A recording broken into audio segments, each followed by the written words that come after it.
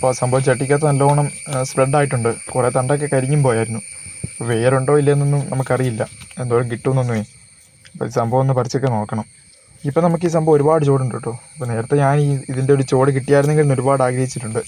അപ്പോൾ ഇതിൻ്റെ വേരിനൊക്കെ നല്ലൊരു സ്മെല്ലാണല്ലോ, അപ്പോൾ അതൊക്കെ എനിക്ക് ഭയങ്കര ഇഷ്ടമാണ് കേട്ടോ. നമ്മളിത് പൊക്കിയെടുത്തപ്പം അത്യാവശ്യം വേരും കാര്യങ്ങളൊക്കെ ഉണ്ട്. അപ്പോൾ ഈ സംഭവം വെള്ളമൊക്കെ തിളപ്പിച്ച് കുടിച്ചാൽ നല്ല ടേസ്റ്റാണേ. നമുക്ക് ഈ വേരൊക്കെ എടുക്കണം. അതുപോലെ കുറച്ച് തൈകളൂടെ ഇതിൽ നിന്ന് കിട്ടും. ഏകദേശം ഒരു 5-6 കിട്ടുമായിരിക്കണം. അപ്പോൾ നമുക്ക് ഇതിന് ഏകദേശം ഒരു 5-6 തൈ കിട്ടിയിട്ടുണ്ടേ. ഇപ്പോൾ ഈ സംഭവം നമുക്ക് ഒന്നെങ്കിൽ ഗ്രോ ബാഗിലോട്ട് പോകാം, അല്ലെങ്കിൽ നമുക്ക് ഈ മതിലിൻ്റെയൊക്കെ സൈഡിൽ പോയി വെച്ച് പിടിപ്പിക്കാം. അപ്പോൾ കയ്യാലിക്ക് നല്ലൊരു ബലമായിക്കോളും. പിന്നെ ഈ കാണുന്നത് നമ്മുടെ ചുവന്നേഞ്ചിയാണ് കേട്ടോ. ഞാൻ നിലത്ത് കണ്ട് വെച്ചേക്കുന്നതാണേ. അപ്പോൾ സംഭവം നല്ല സെറ്റായിട്ട് വളരുന്നുണ്ട്, നല്ല ഹൈറ്റ് ഉണ്ട്, അതുപോലെ നല്ല സ്മെല്ലൊക്കെ ഉണ്ട് അതിൻ്റെ ഇല ഞെരടുമ്പം. പിന്നെ അത് ഈ കാണുന്നത് നമ്മുടെ ഒരു ഏലമാണ് കേട്ടോ. അപ്പോൾ അതിൻ്റെ ചോട് കുറച്ച് കാടായി തുടങ്ങിയിട്ടുണ്ട്, കാരണം നല്ല മഴയൊക്കെ ആയിരുന്നല്ലോ. അപ്പോൾ അതൊക്കെ നമുക്കൊന്ന് ക്ലീൻ ചെയ്യണം.